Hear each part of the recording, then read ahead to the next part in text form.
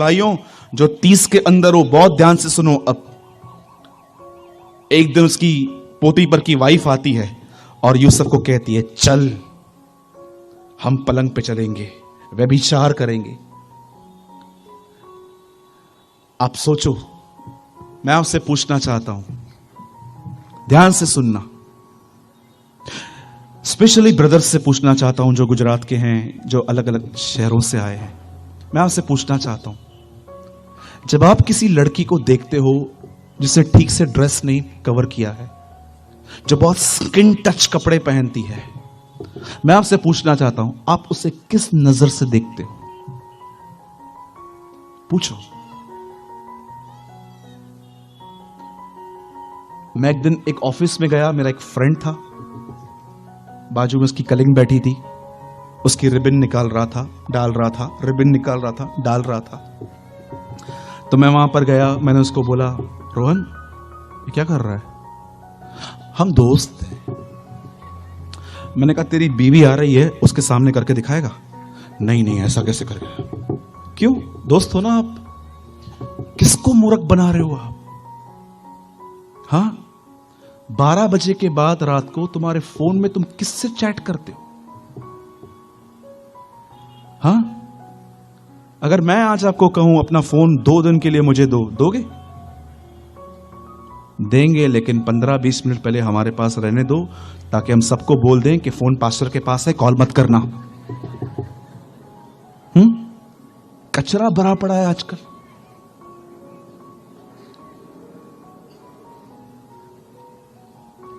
एक दिन मुझे कनाडा से कॉल आया, एक औरत थी वहां पर, उसके 3 बच्चे थे, तीनों का बाप अलग अलग था, शादी उसने एक के साथ भी नहीं की थी।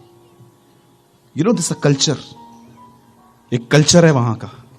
एक औरत ने 3 बच्चे थे उसके, तीनों का बाप अलग अलग था, पर शादी उसने किसी के साथ नहीं की थी। मैं हैरान हो गया, नॉर्मल लगता है इनको, लड़का लड़के से शादी कर रहा है, लड़कियां लड़कियों से शादी कर रही है। आज मैं आपसे पूछना चाहता हूं, I am using very decent words. Yeshu ने कहा, तुम सुन चुके थे व्यभिचार न करना, तुम सुन चुके थे किसी भी स्त्री को टच मत करना, पर मैं तुमसे कहता हूं, अगर तुमने किसी स्त्री को देखा और मन में बुरा सोचा, बहनों के लिए भी, अगर तूने किसी भाई को देखा और अपने मन में सोचा कि एक दिन ये पलंग पे मिल जाए, तो बाइबल बताती है तुम पाप कर चुके हो। उसके बाद लिखा गया है। अब कुछ लोग कहते हैं, नहीं नहीं नहीं, मैं टच नहीं करता हूं, मैं दूर रहता हूं। उसके ठीक नीचे लिखा गया है, यदि तेरा हाथ तेरे ठोकर खिलाए तो उसे काट के फेंक दे। थोड़े में समझो यीशु क्या बोलने की कोशिश कर रहा है। आप अच्छे से जानते हो कौन से पाप हाथों से होते हैं। You know Jesus preach about masturbation.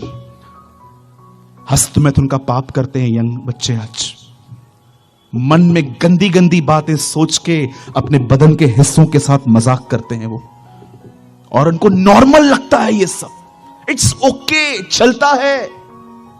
You know, जवान पीढ़ी खत्म हो रही है। इतने कम से कम 10,000 प्रॉफिट्स होने चाहिए थे इंडिया में, एक नहीं दिखता है आज। क्यों? क्योंकि जवानों ने व्यभिचार में गिर के अपनी बुलाहट ही खत्म कर दी। यूसुफ के सामने एक टेम्पटेशन आया। सोचो, एक राजा की बीवी उसको कहती है, चल मेरे साथ सो। यूसुफ वहां पर कहता है, सुन मैं ये नहीं करूंगा। और जानते हो एक्सक्यूज क्या देता है?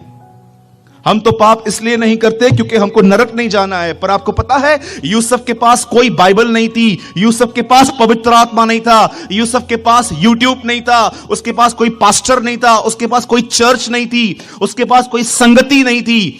यूसुफ वहां पर कहता है, वो ये नहीं कहता मैं तेरे साथ नहीं सोऊंगा क्योंकि तू मैरिड है, वो ये नहीं कहता है कि मैं नहीं सोऊंगा क्योंकि यू आर अगली, तू ठीक से दिखती नहीं है। वो कहता है मैं नहीं करूंगा। क्यों? क्योंकि मैं अपने परमेश्वर का भय मानता हूं। I fear God.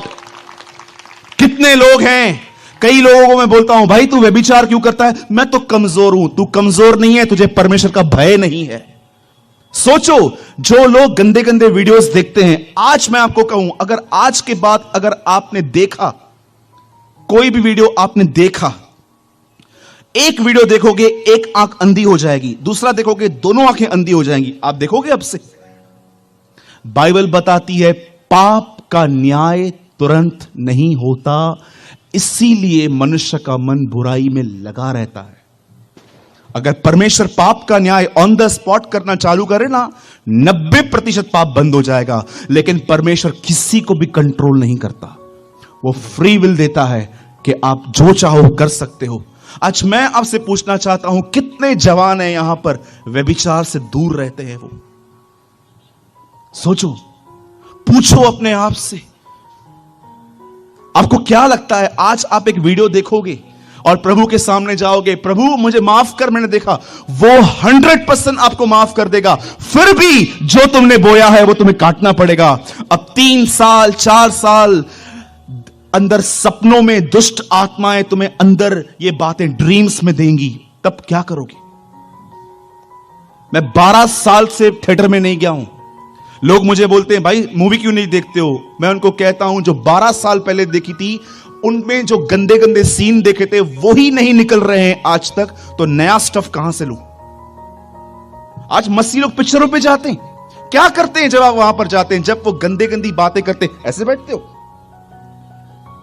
मैं आपसे एक सवाल पूछता हूं, वो लोग जो सोचते हैं ब्रदर हम तो जाएंगे मूवी पे, इतना छोटा सीन है कुछ नहीं होता। अब मैं आपसे एक सवाल पूछता हूं, ध्यान दीजिए। अगर एक तवे पे, बोलिए तवा, तवा समझते हैं ना, बहनें तो जानती होंगी जिस पे रोटी पकाते हैं।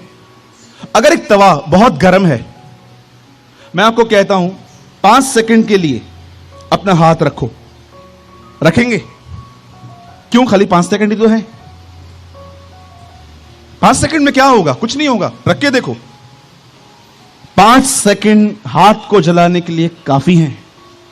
वैसे ही ये थोड़े थोड़े गंदे सीन आपकी मेमोरी को गंदा करने के लिए काफी हैं, काफी हैं ये। आप जानते हैं यूसुफ ने रिजेक्ट किया, वो जलन से निकला, उसका विरोध हुआ, वो चुप रहा। अब उसके सामने दूसरी परीक्षा आ रही है व्यभिचार की। बाइबल बताती है यूसुफ भागा।